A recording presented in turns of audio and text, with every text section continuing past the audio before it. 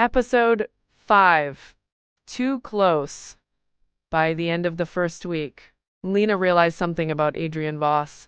During the past few days, Lena had spent hours interviewing him, reviewing old interviews, and comparing them with the man she now worked with every morning. He was impossible to read. Most people revealed themselves in small ways during conversation. A shift in tone, a careless comment, a moment where their guard dropped.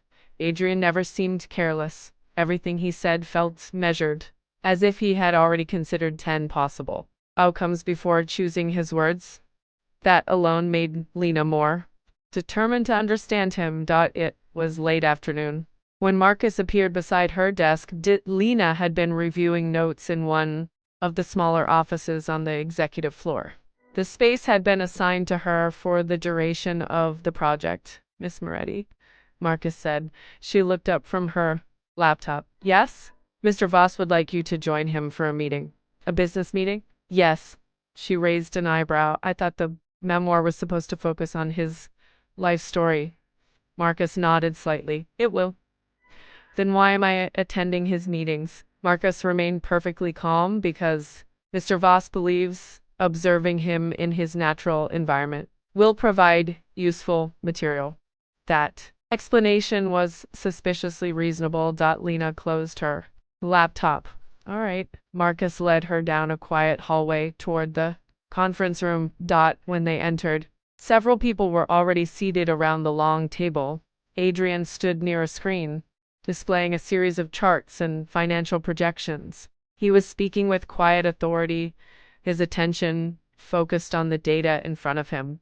The moment Lena stepped into the room, his eyes shifted toward her. Only for a second, but she noticed. Marcus gestured toward an empty chair near the end of the table. Lena sat quietly and opened her notebook. The meeting continued. Adrian spoke calmly while outlining a potential expansion into a new technology sector. His tone was confident but not aggressive. The executives around the table listened carefully, occasionally asking questions or offering suggestions. What surprised Lena most was the way Adrian handled disagreement. When one of the senior executives challenged part of his plan, Adrian did not dismiss the concern. He listened, then he adjusted his approach slightly. The room respected him. That much was obvious. The meeting lasted nearly an hour. By the time it ended, most of the executives gathered their materials quickly and left the room. Within minutes, only Lena and Adrian remained. She closed her notebook. Slowly, you run your meetings differently than I expected, she said. Adrian leaned lightly against the edge of the table. What were you expecting? A ruthless dictator? That is disappointing, is it? I worked very hard to build that reputation. Lena laughed quietly. I am serious. So am I. He studied her for a moment. What did you observe? You listen more than people think. That is useful in business. You also let your executives challenge you. Only the competent ones. She tilted her head slightly. And the incompetent ones? They do not stay employed very long. That sounded more like the Adrian Voss she had read about. Lena closed her notebook completely. You are very controlled, she said. Is that a problem? It makes writing about you difficult. Adrian stepped closer to the table. How so? Readers connect with flaws, and you have not found any yet? Not obvious ones. He watched her carefully. That sounds like a challenge. It is. Lena stood and slipped her notebook into her bag.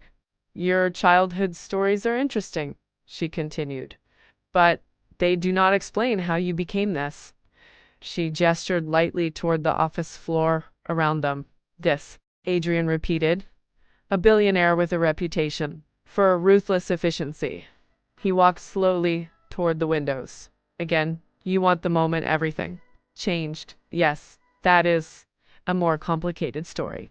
I assumed it would be. The city glowed softly beyond the glass as the sun began to lower toward the horizon. Adrian turned back toward her. Tell me something, Lena. She waited.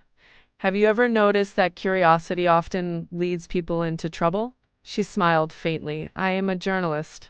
Trouble comes with the job. That is what concerns me.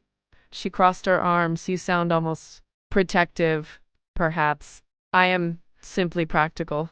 Lena stepped closer to the window beside him. To the distance between them suddenly felt smaller. Too small. She could sense his presence beside her now, not overwhelming, but noticeable.